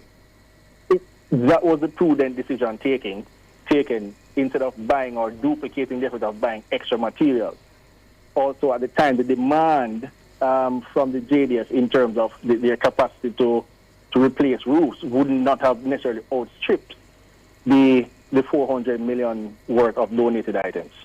Okay, I see a picture forming now. But the Auditor General still suggested that up to April, you still had funds uncommitted, a significant amount of funds uncommitted, meaning you still had no actual plans in relation to how you intended to spend that. What has been what is the plan essentially then now to utilize that funding? The plan is to continue to support the government-led direct roof repair programs.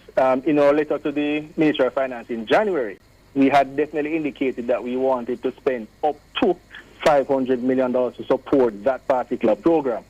What I'll also indicate is that, again, under the shelter recovery program, you might recall that there are about 6 different avenues of program or project areas, of which the government-directed roof repair program is one. There's also the matter concerning the deployment of modular housing solutions. So to support the modular housing solutions, there is some $600 million earmarked to support that program. More specifically, we are speaking about the construction of the concrete bases that need to attend to the deployment of these housing solutions. So another $600 million has been committed, or earmarked rather. Committed might mean a very different thing in the financial circles, but $600 million has been committed, or earmarked, let me use that term, to support, again, the shelter recovery program. The overarching idea of the utilization of funds that are donated is such that we will have a tangible outcome on the end of it. And all the funds have now been earmarked specifically to support housing recovery matters and or any other programs as requested by donors specifically. So there's a specific donor request, then we will seek to honor that. But in the mainstream, the funds from the donated funds will be treated with under the shelter recovery program or any other housing related matters. Please stay with us, Commander Gale. I want to, after this break, discuss the reporting relationship in terms of ODPM and the Ministry of Finance. But that's after the break. Please stay with us.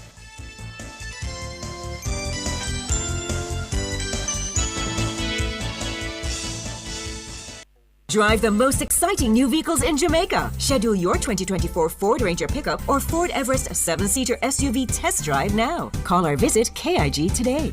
The time by KIG is... It's 6:30. Welcome back, listeners, viewers. We are talking with the Director General of the Office of Disaster Preparedness and Emergency Management, Commander Alvin Gale, in relation to the Auditor General's report of Hurricane Melissa relief initiatives. That real-time audit still ongoing as she gathers information on the various programs under the government's Hurricane Melissa response. So, Commander Gale, at the top of the discussion, you suggested that there was a bit of a delay between your request to the Ministry of Finance to have those donated funds regularized, so to speak, so you could utilize it. But in the meantime, you came into donations in kind of materials, etc., that you could go ahead and utilize without the going through the red tape, so to speak. My concern then is the government's bureaucracy keeping up with the needs of ODPM in terms of responding to the Hurricane Melissa relief initiatives? Such about what I said, there are avenues which can be explored for us to treat with getting the aid to where it needs to get to.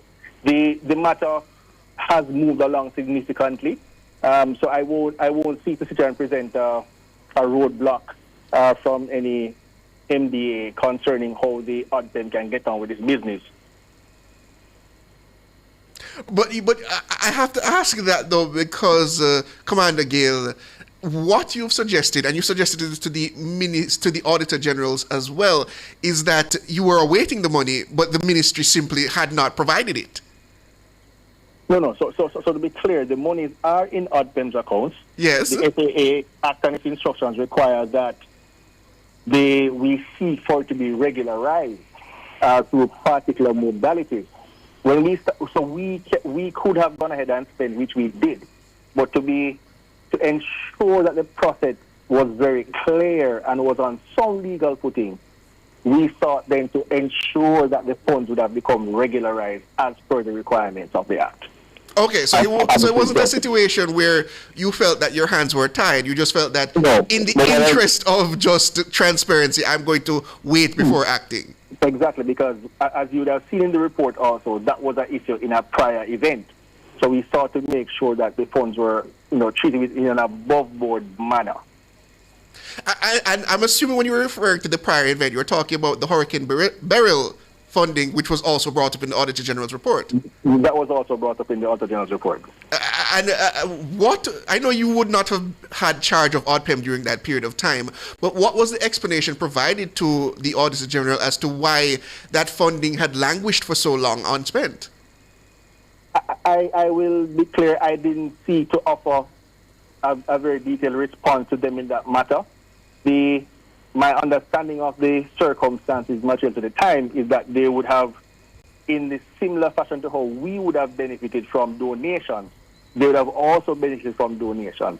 And prescriptively, if you look at the amount, in total it was about $159 million, which is significantly less than what you have currently working with, yes. No. Also, the effect on Jamaica was significantly less. So we have to look at it in that sort of contextualized manner. But you have donors looking on, and they will raise the concern themselves that we're providing this money for the relief effort. We're assuming that it is going towards a good cause, but yet it is just sitting in a government account. You understand the concerns that would come from international donors, local donors as well. I do understand the concerns, but the context that we would have sought to add to it, I believe, should reassure the public that we have the best interests of Jamaicans at heart, and we will be spending the money in the approved manners, which will be clear to the government and to the people of Jamaica at the end of the day. Understood. So let's speak about those funds now that you said you've regularized them and you have them earmarked for certain programs.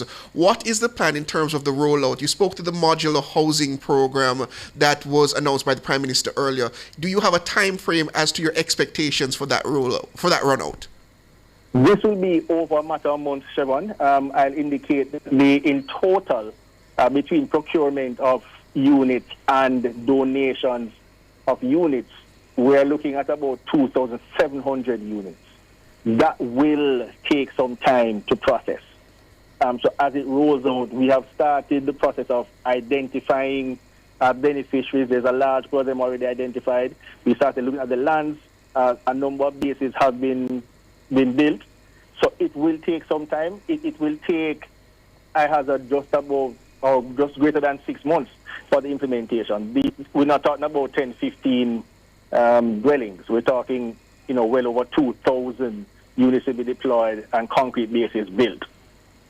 Oh, okay, so 6 months is the expected time frame. I'm saying, by my estimation, not being an engineer, it will be definitely more than 6 months. Okay, I understand. That's a cautious enough answer. So based on what you have seen in the Auditor General's report, based on your now, I believe you've had about a few months there at the helm of ODPM, what are your lessons in terms of responding to any future similar disasters in terms of getting the funding arranged so that you can respond expeditiously? I believe we are already in a significant position to respond expeditiously. We have to respond to a demand for spend. If it is that we have significant resources at hand, then and there's no additional demand to be spending, So there's the demand and there's also the capacity to deliver on the demand. So we have to balance those two events together to ensure that we are rolling within our capacity to roll out and also to satisfy the demand that's there. So it is a very balanced approach, and we will take the approach as balanced and as clear as we can to ensure that the process is clear to Jamaicans. And before I move on to another topic, Commander Gale, there's something I see it being bandied about in the public space, because I suppose there's this misconception when an Auditor General report comes out, there's always this, something corrupt is going on. But just to be clear, there is no suggestion by the Auditor General anywhere that money is missing or unaccounted for, or that it has been directed where it should not be directed. There are no such allegations being sent, correct? I have seen no such report from the Auditor General. I want to indicate as well that there's a matter concerning some deficiencies in the delivery protocols. I will indicate that, as the Auditor General indicated, there were two occasions, I'll say two occasions, on which the delivery slips to JDF Fort operating bases were not countersigned by ODPM reps. Those deliveries occurred during signed hours. And at the material time, only the JDF rep was on site. But I will indicate that notwithstanding only JDF rep was on site at the time of delivery, we have received the delivery slips, and we have gone ahead, done our checks on the material, and all the material has been accounted for within our inventory system. So as a matter of that, the equipment or material went missing. That was not the case at all. So you can say clearly to the Jamaican people, nothing untoward has been alleged and nothing untoward has been discovered through the course of this real-time audit. My reading of it and all the reports prior has not suggested anything untoward. There are some administrative gaps that we have been seeking to fill right across all the reports. If you read the reports carefully, you will see in our management responses the definitive statements made about what had been done, why we did them, and some of the processes that are already underway to ensure that we will be better prepared or better managed in future events. And I think that is actually a good segue, because I want to talk to you now, Commander Gale, about the realignment of ODPM to the Office of the Prime Minister, along with the reporting arrangement with the JDF. How has that been going since that adjustment was made by the Prime Minister? I will indicate, Siobhan, that bringing the two entities under the same umbrella has gone well for the Jamaican people. We do see the synergies on the ground, wherein the JDF became our boots on the ground, not only for ODPM, but for the broader Jamaica. It is almost impossible for any civilian entity to have such a large body of skilled men and women ready to go to execute various roles and functions in the disaster risk management space, and have them sit and being paid as a sort of insurance. That is one of the reasons why we have the JDF. And bringing us under the same umbrella has caused us some greater synergies between that administrating towards the DRM process and actually getting the operational elements on the ground. And we're a few months out now from Hurricane Melissa, but there's still a lot of Jamaicans still trying to put together the pieces, so to speak. Do you have any final words for them, Commander Gale? What I want to say to the Jamaican people is that the ODPM and the national system has not forgotten any Jamaican who has been affected by Hurricane Melissa. I do believe Minister Charles has spoken already to some initiatives that the Ministry of Labour and Social Security has been undertaking and will be revamping to undertake to ensure that we're able to reach all Jamaicans. And the ODPM is here to help to coordinate and to support various programs under the recovery relief reconstruction efforts being made through the GOJ.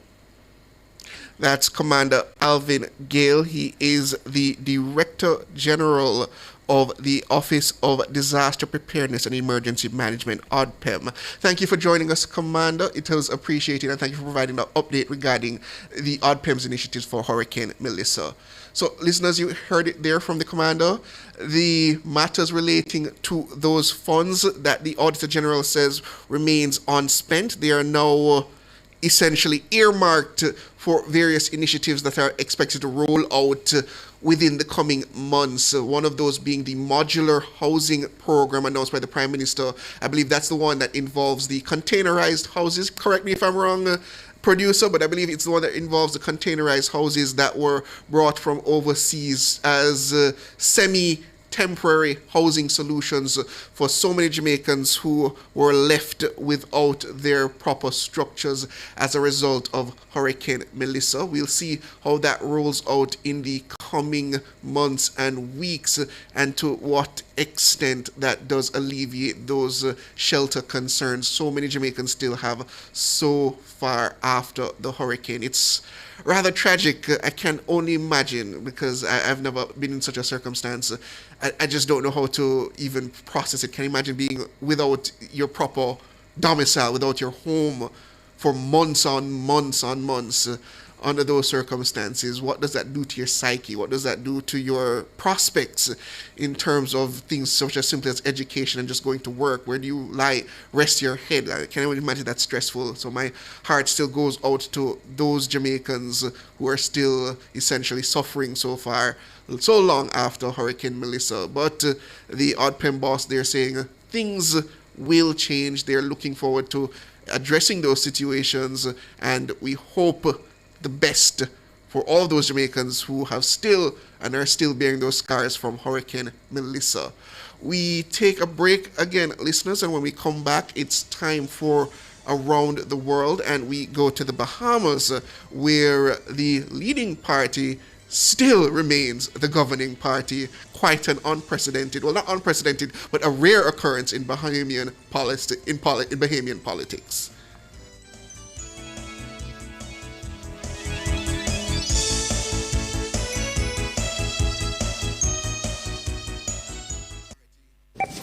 Tired of long lines and heavy grocery bags?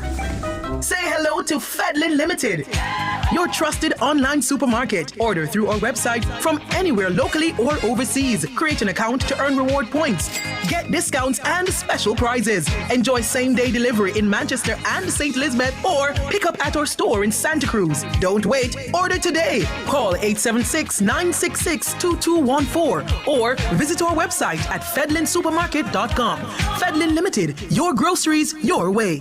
The Philharmonic Orchestra of Jamaica presents Encore, a harmonic reawakening, captivating music from the classical masters, movies, and our homeland. Saturday, May 16 and Sunday, May 17 at the Little Theatre. Conductor Franklin E. Halliburton, guest soloist Sashika Brown. Tickets $5,000 pre-sold, $6,000 at the gate. Reserved box seats $7,500. Tickets at Fontana Pharmacy, Waterloo, and Sovereign, and the Music Mart. The Philharmonic Orchestra of Jamaica in concert, May 16 and 17 at the Little Theatre. Every great project starts at Creative Building Finishes, Jamaica's only choice for the best tiles, best bathrooms, and best kitchens. Whether you're designing, building, renovating, or selecting materials for your next project, we offer exceptional quality, standout designs, and expert guidance you can trust. Visit our showroom in Kingston or Traxall, or explore full range online at www.creativebuildingfinishes.com. Creative Building Finishes, your beautiful finish begins here. For all your electrical needs, visit ABC Electrical Sales. They stock a wide variety of electrical supplies, including plugs, switches, panel boards, and conduits, plus energy-saving fixtures. ABC Electrical Sales stocks brands like GE, Siemens, Philips, Cutler Hammer, and Allen Bradley. They also offer free island-wide delivery just to suit your needs. Visit them at Shop 8, Hatley Park Plaza, Kingston 10, or call 876-754-3714-5 or 876-754-3825-8. ABC Electrical Sales, for a better choice in the electrical business.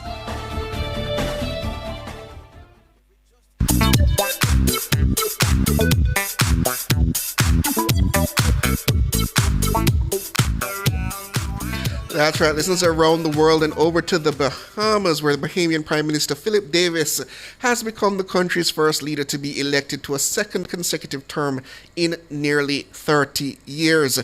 He follows Hubert Ingram, who accomplished the feat in 1997.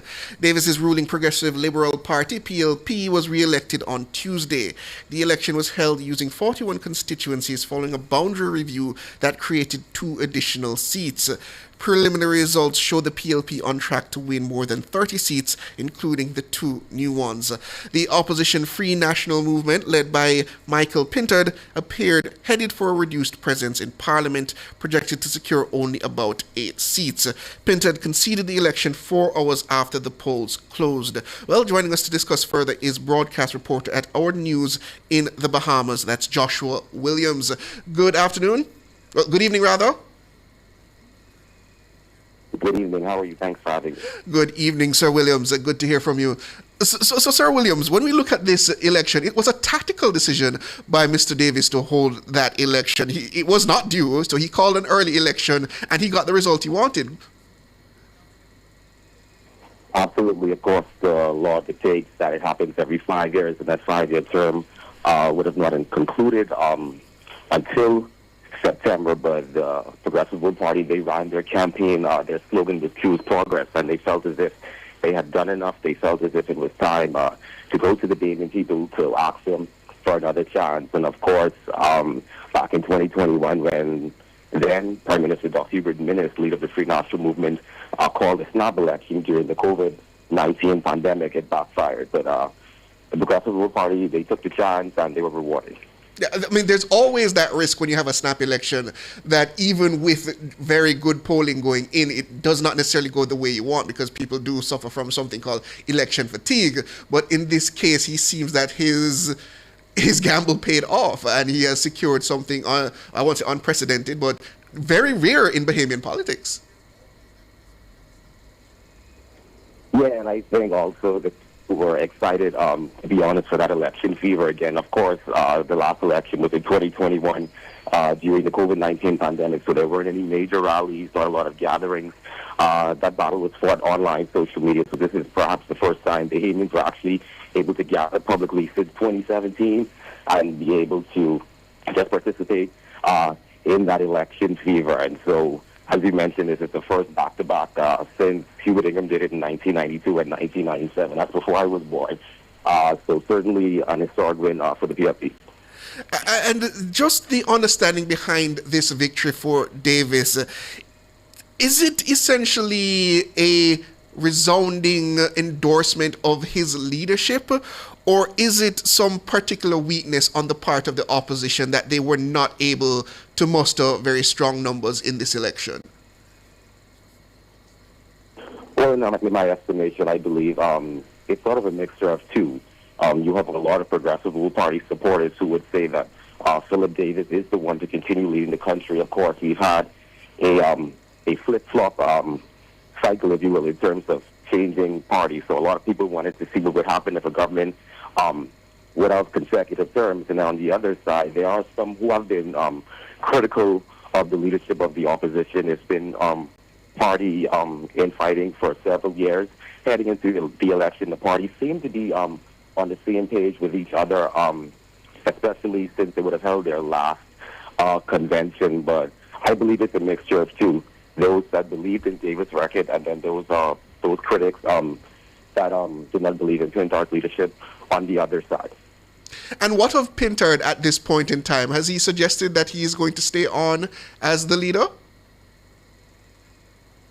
Well, he would have held a press conference last night, then he would have conceded. And of course, he says he will have to discuss with party leadership. Normally what will happen is that the party would go to convention. If that is the case, he hasn't given a clear-cut indication whether or not he will remain the leader of the party. But we have seen in the past where leaders would have won their seat with their party loss, and then they would have stepped down from elections. So while he hasn't given a clear-cut answer to that as yet, I believe they're going to head back to the drawing board. Okay. And Mr. Davis, he suggested that the reason for calling that snap election was he wanted it out of the way before the approaching Atlantic hurricane season. What has he suggested in terms of his plans with this renewed mandate? Well, of course, within the government, they want to not have any distractions, you would say, going ahead as they plan. Not just that, but of course, the budget. The budget is set to be tabled and debated at the end of this month, going into June, as the fiscal year is about to end. So I think that, coupled with the hurricane season, and again, the PLP campaigning on their what they've done in office, I think he thought it would have been a suitable time, and it's noteworthy to note that the opposing Free National Movement, as well as the third-party coalition of independents, they've been calling, we Bahamians like to say, for the Prime Minister to ring the bell, which is called the election, and he did just that. Of course, as you said, the hurricane season is looming, and our fiscal year is about to end as well.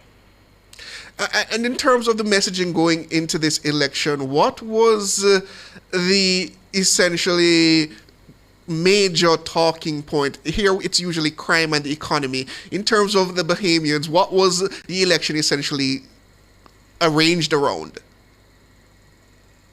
I think for a lot of Bahamians it was immigration.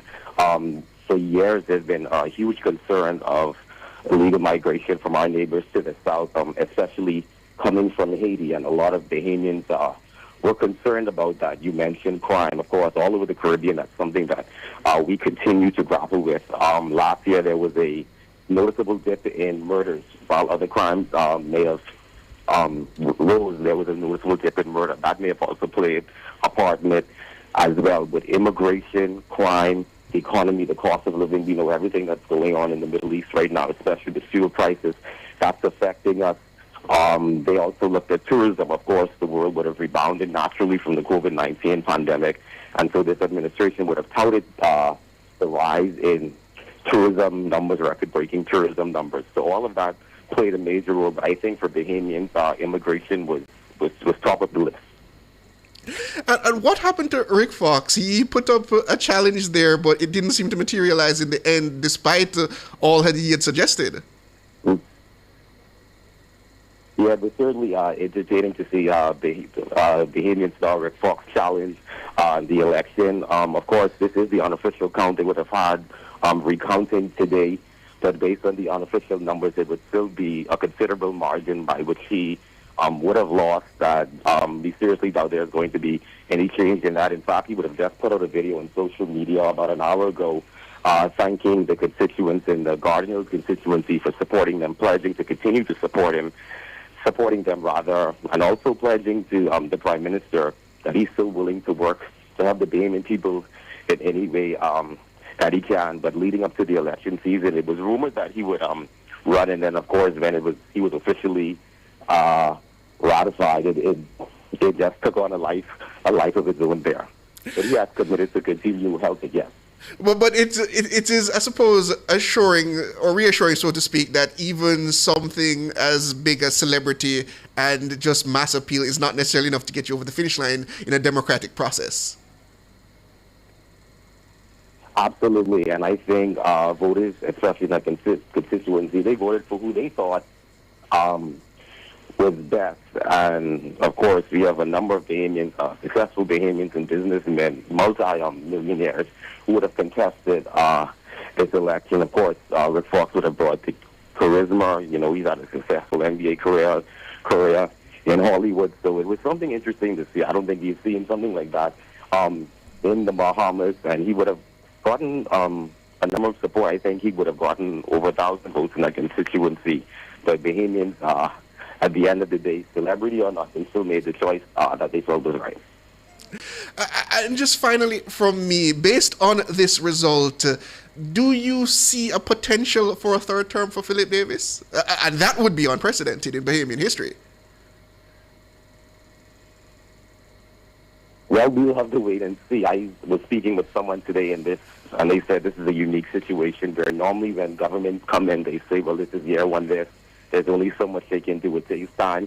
Well, this is year 6 for the Progressive Liberal Party. They should be able to continue on the path that they have started. I think like any other government, they have a fair chance at convincing the Bahamian people. Right now, the Free National Movement, of course, will go back to the drawing table. They'll restructure, they'll rebuild, they'll do what they feel they have to do, as well as the coalition of independents, the third party. But it's in the realm of possibility.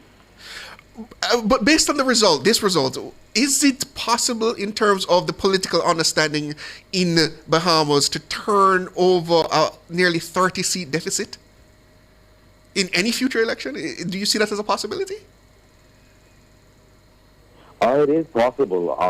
Back in 2017, when the Free National Movement won, it wasn't 41 seats at the time, but the opposing Progressive Party, they only won, I believe it was 4 or 5 seats. So in recent years, we would have seen when governments have changed, Bahamians totally flipped this script. They are totally with one party. It's been a while since we saw, I guess you would say, a clean split or sort of even split down the middle in terms of government and opposition. So it is possible that the entire thing could be flipped.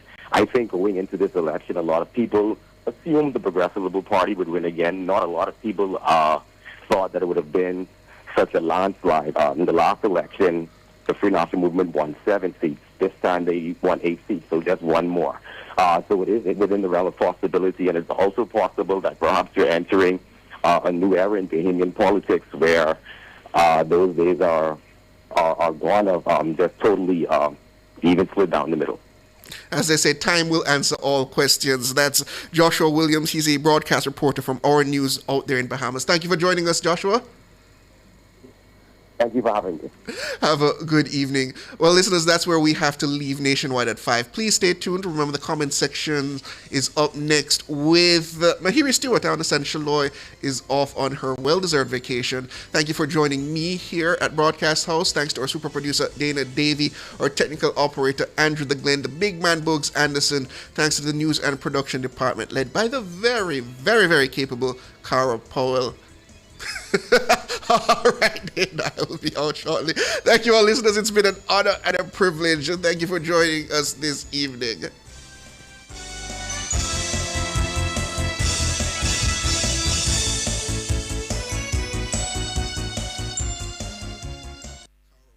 What happened?